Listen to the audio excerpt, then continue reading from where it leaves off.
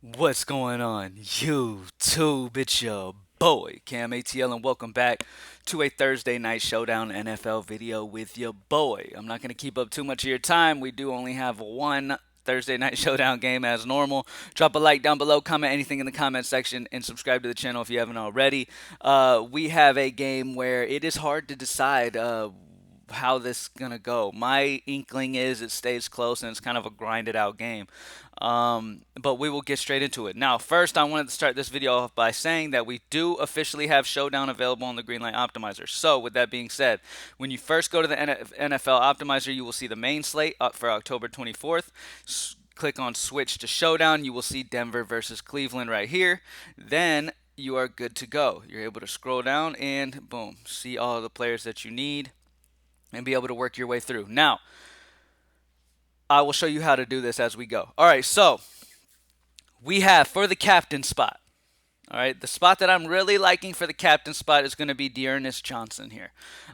Seeing that he is going to get the start, Dearness Johnson will be getting the start on a team that they're missing Kareem Hunt, they're missing Nick Chubb. I mean, they need some help here. Dearness Johnson is 6'9" at the captain spot. It is a very, very, very good price here.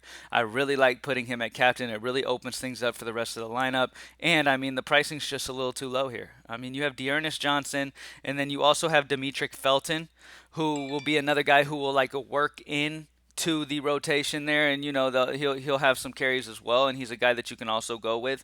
That'll be in a good spot as well. I mean, both these guys could catch passes. Both these guys are going to get some decent touches, but Dearness Johnson is the one getting the start. He is the one that I prefer to put at the captain position. And as you see, there's a C and an F. F, if you want to lock somebody in the flex, it'll be here for F. Like, so let's talk about Case Keenum.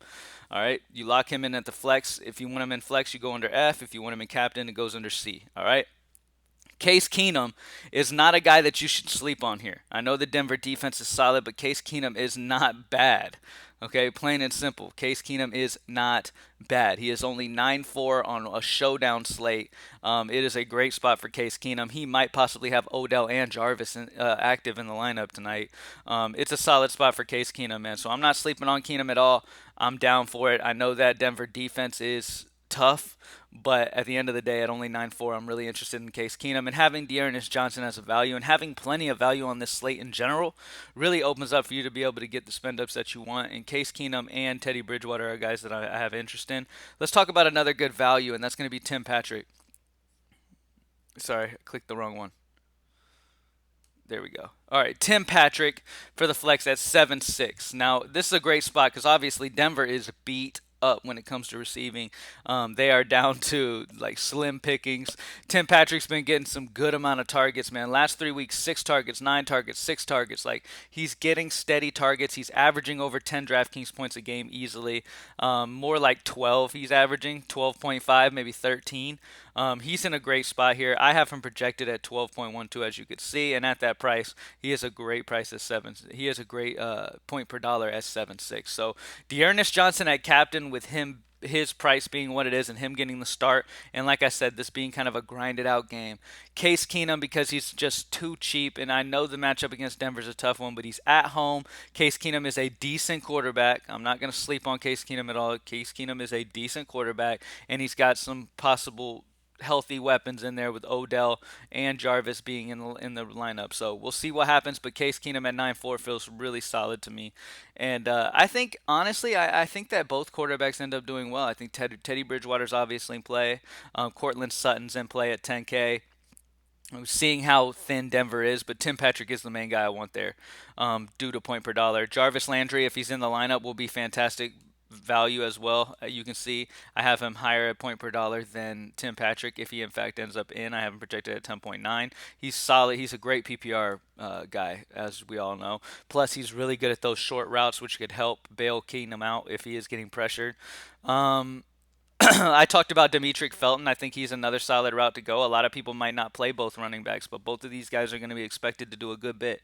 So, yes, Dearness Johnson is starting, but I think Demetric Felton is also playable as well. Odell is fairly cheap, but we know how he can disappear in games. I just don't know if I trust him still.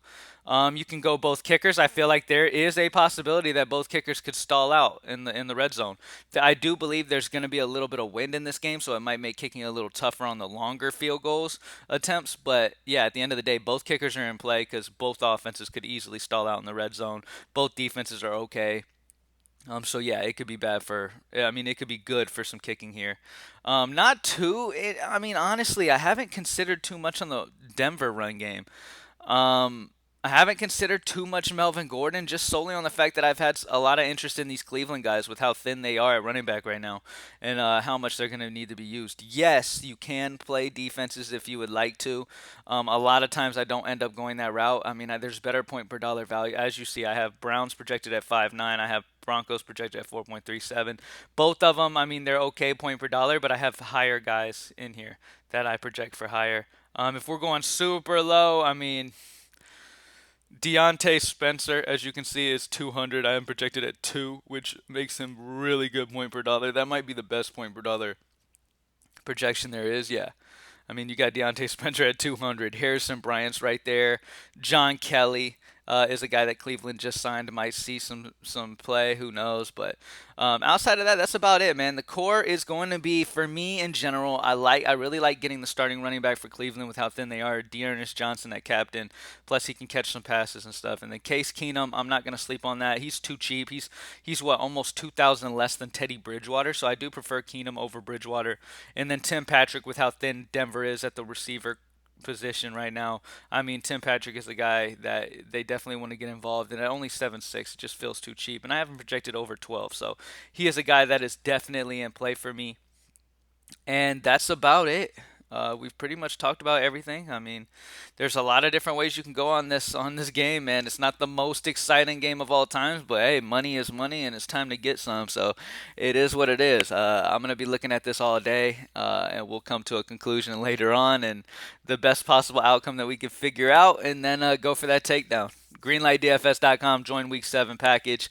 Go grab your NBA package as well. A little small slate, killer slate tonight, 3-game slate over there.